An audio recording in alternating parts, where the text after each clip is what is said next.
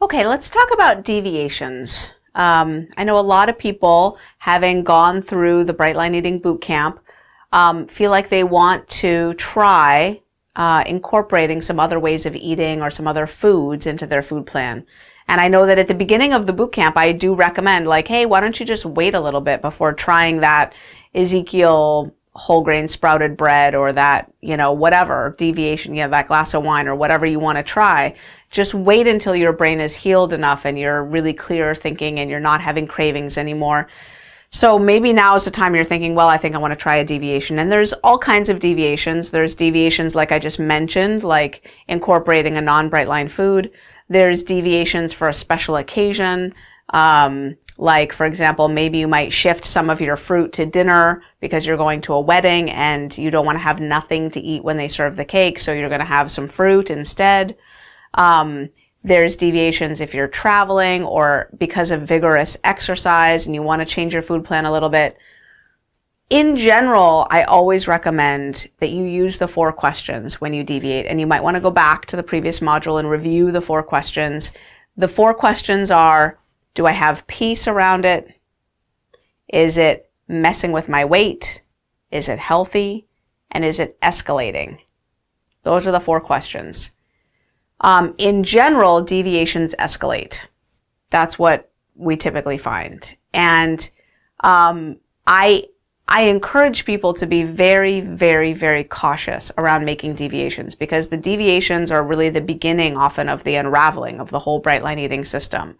The saboteur just wants us so badly to make those deviations, but it's often we find that the more deviations we're making, the less peace and freedom we have. That the peace and freedom comes from clarity with the bright lines and automaticity.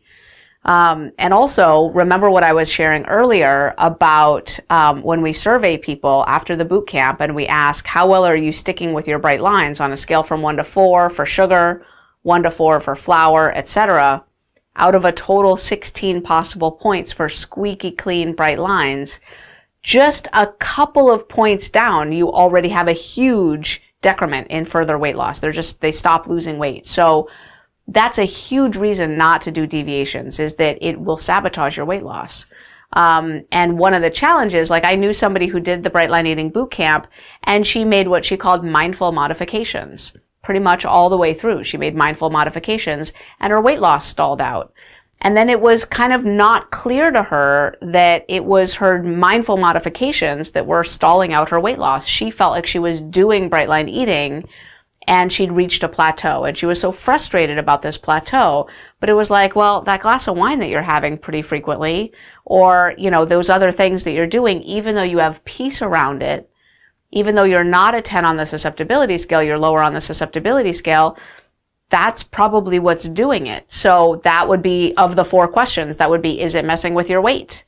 If it's odds are it's going to mess with your weight. So, that said, there are people who have a strong enough metabolism and are low enough on the susceptibility scale and really rigorously honest enough with themselves to be able to modify things a little bit, in which case I just recommend extreme caution.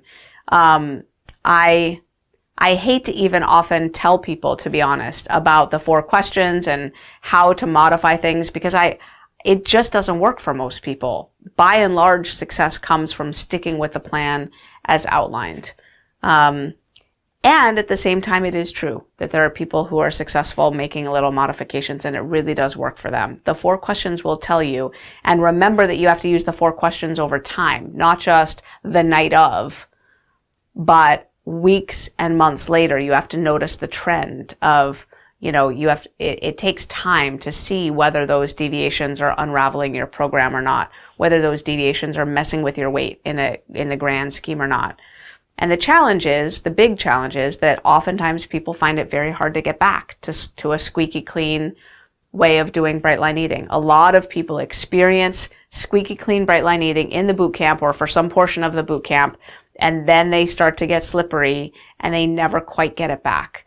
So if you are right now in a state with beautiful squeaky clean bright lines, I really encourage you to not deviate, because it can be hard to get it back. It can be hard.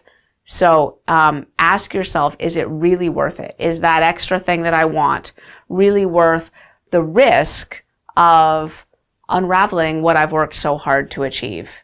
And you might just find that it's not worth the risk, and you really prefer to live happy, thin, and free, and to be able to sort of take that to the bank, to really be one of the lucky few, one of the amazing few who get to live in a right-sized body and stay there long term. It is something that is earned, and often it's earned by resisting the urge to deviate.